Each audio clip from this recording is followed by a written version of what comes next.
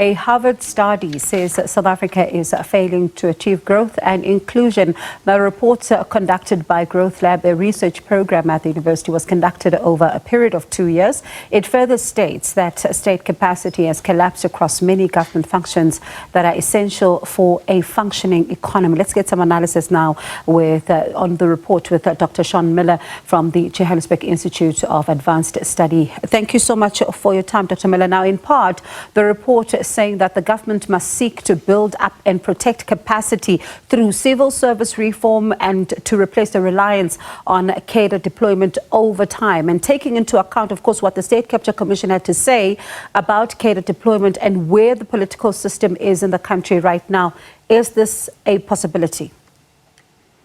Thanks very much for having me. Well, before I address the issue of KADA deployment, I just want to make three preliminary remarks about the report. I think the first one is that it's given really undue status in the South African media, and that sort of reflects what you might call a sort of intellectual or epistemic inferiority complex, whereas South Africans, since it's been going on for decades, we feel the need to bring in people from prestigious institutions who don't actually have much familiarity with the country to kind of tell us what's going on. The second issue is vested interests. This report was facilitated by the Centre for Development and Enterprise, which is a think tank or a lobby group funded by big business. And the third thing is that if you look at the report, there's actually not a lot in it that's particularly new. It's a little bit vacuous in that sense.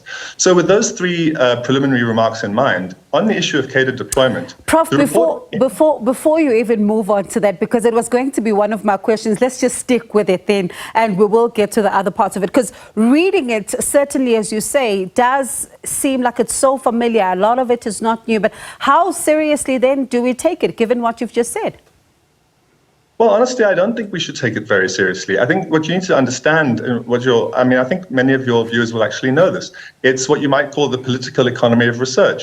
It's essentially that in order for these particular positions to have greater status and influence, they need to be brought in from the outside, from people who are associated with prestigious institutions, but who can be relied on to say certain kinds of things. So I don't think there's much in the report that's new, and I think that what's new is not necessarily very convincing.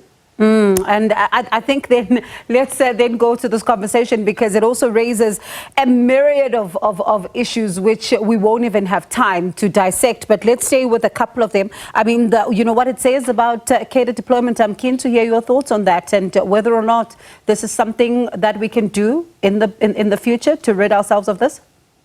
Right. Well, what's interesting also is that the report doesn't say get rid of KADA deployment. It says phase it out gradually. And my suspicion is that's because there is an intention, and I read this from the Centre for Development and Enterprises reports. I think there's an intention, if the ANC is removed from national power in 2024, to bring in what could be considered political cadres to top public service positions. And so that would explain maybe the reluctance to commit to actually getting rid of KADA deployment. Yeah.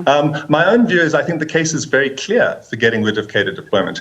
Where the water's been muddied a bit is if you think about the apartheid transition. You've got a new government coming in to take over a system that's basically being run by people who are overseeing a crime against humanity, found by the United Nations.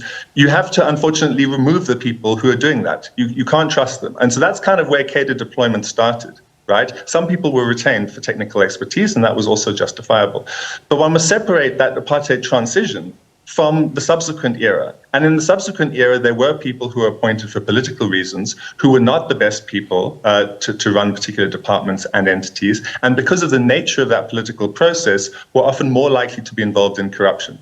So the basic point is we need the best people to run public institutions and public entities. Ultimately, they must serve the public interest. And of course, they must respect whatever political mandate exists, whether it's coming from the African National Congress or a coalition of parties, if that were to be the case after the 2024 elections.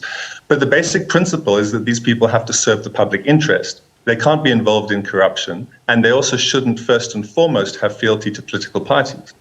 And is it then, through the lens of next year as going into the election, but also just the different political parties that South Africa has, would you then say that KADA deployment is only an ANC problem? Because others are saying that other political parties have put in power, they would have also put their own people to advance some of what they would have in their manifestos. Right. Look, we don't have a lot of time. There are different models around the world. The South African constitution and legal framework is such, and I think some of the remarks made in the State Capture report are such, that it basically endorses the principle that there should not be political appointees to essentially administrative public posts. But there's also confusion because people are using different definitions of what KADA deployment means. So some people use it to refer to the fact of how ministers are appointed. Now, ministerial posts are clearly political. So appointing somebody to a ministerial post because of their political allegiance or association is almost inevitable, standard practice. If you try and appoint technical people to those posts, that would be a very strange thing to do by any country's account. So the key focus really when it comes to KADA deployment is in these is in the civil service. And there isn't really a very good argument for not appointing the best people to those posts. And given the problems that we've had with many public institutions, and also the instability that we've seen, in coalition governments, okay, but also under the ANC with a large churn in, for example, top posts, the level of directors general, because of these political considerations, it's clearly very important to stabilize the top level of the civil service and to some extent insulate it from this kind of political interference. And just to briefly touch on your other point, yes, other parties have engaged in KADA deployment. They have employed people in senior civil service posts who often didn't have much experience or qualifications for those posts because of their political allegiance. So although the ANC may be the biggest culprit in this respect, of course, it's also had the greatest opportunity to engage in this practice. So what we need is very clear principles, legal precedent, and so forth to ensure that these posts are filled in the right way, in the way that's going to serve the interests of the country. Dr. Muller, always a pleasure. Let me thank you so much for your time. Unfortunately, we've run out of time. As you said, we wish we had more time to discuss this, but let me thank you so much for your time this evening. That was Dr. Seán Muller from the Johannesburg Institute of Advanced Study.